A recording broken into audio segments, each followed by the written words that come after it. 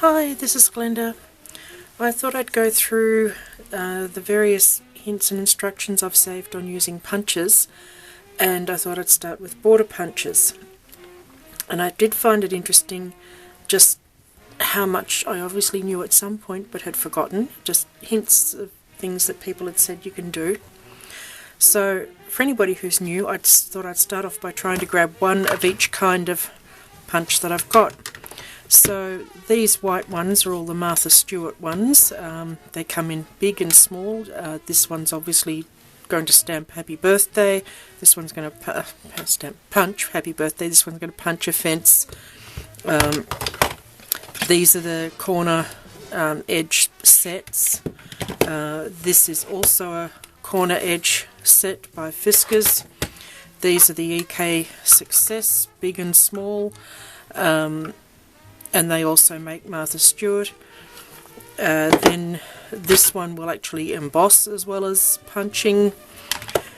This is a new one I got, which just does a very small punch and a single one, and you work your way along.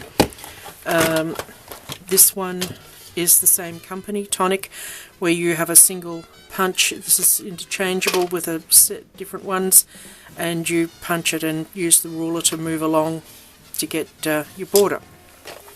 So some of them will punch just a shape without an edge. Some of them will punch two edges so that you end up with a strip. So that's sort of a basic look. I've also got, if I can show you, this great big set where you lock them in, and I must admit I never use it. It's in the cupboard. I forget I've even got it. It's one of the earlier ones I got. This Tonic one's an earlier one. So it's sort of my history of punches, and I'm a total punchaholic. I mean, this is tip of the iceberg. I have many variations of all of these, and I do like my punches.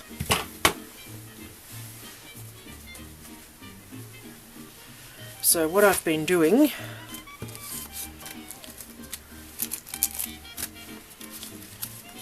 is trying out some of these ideas. So one simple idea, you can thread ribbon through your punch out. Obviously almost any punch out with holes you can put some ribbon through, narrow, wide. You can put pearls or something on it. You know, you can embellish your punch. Another idea is for putting a border around a circle, which is something I've never had to do, so I didn't throw my heart into this one.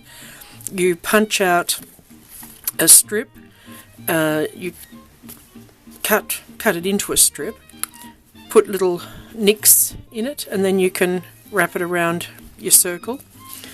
This one, instead of doing that, they put it through a crimper to get the bit of flexibility. It's, as I said, it's really something I've never felt a need to do. You can punch two sides of a strip by measuring the punch. I will put a link to the tutorial the lady did for this one, if you have this particular punch, and depending how you punch it will depend on whether you get a pattern like that or a pattern down that matches, and you can use different punches for that. There's the little new one I got where I've done the same thing, and I got a little strip of sort of flowery type things, so most of your punches you can do that with. Then of course there's ones that's what they do, they punch a strip, so you don't have to think about punching both sides. If you've got, well, I suppose any of them, but especially these little ones, you cut a square, you can punch all four sides, and depending how big a square you start with, you'll get different looks, and you can have a little medallion. I really liked this idea, where you use the sort of notebook punch to end up with a film strip type finish. Thought that was clever. I liked this idea too, where it's layering punches on the page, so it was called punch halfway up or something.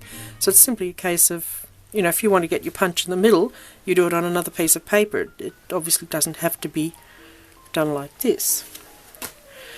I liked this idea too, where you, which way up does that go? Miter the corners, and I'll put a link to that one as well. She actually used a die cut border, but it's the same principle. This was my one and only attempt at it, so I should have chosen a different punch probably. But yes, you can end up with mitered corners.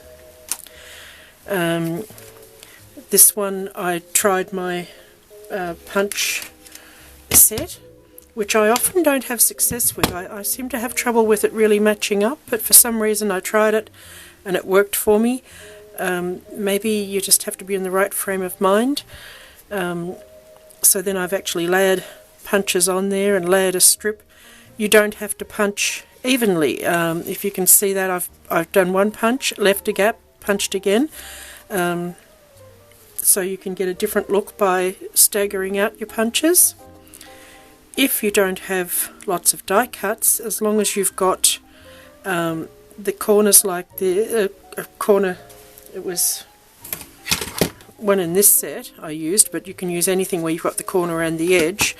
And if you punch around a square, you've effectively got a medallion. The one underneath is this other one.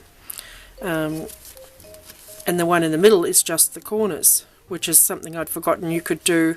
I also forget that these particular ones have a slit, photo slit in the corners.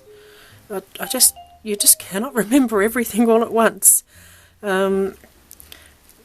So yeah, if you don't have a die cut machine and that, but you have got a few punches, think about how you can make medallions. Here's my faux silk tiger I did the other day. This punch, all it does is punch out holes. It doesn't actually give you an edge. So that was something different. Did I discuss this one? No. This is just layers of the punch again, the same idea as the halfway up, except going down, I suppose. It's all over instead of just having a line halfway up. The halfway up one worked really well. The person who did it had a punch that punched a little scene, and that looked great, but I don't have one like that, so I did it with what I have. So that's just a few ideas of punches, border punches, and I don't know if it's useful or not, but it was good practice for me to get out my punches and have a play, and try and use some of the things that I don't use as much as I should. So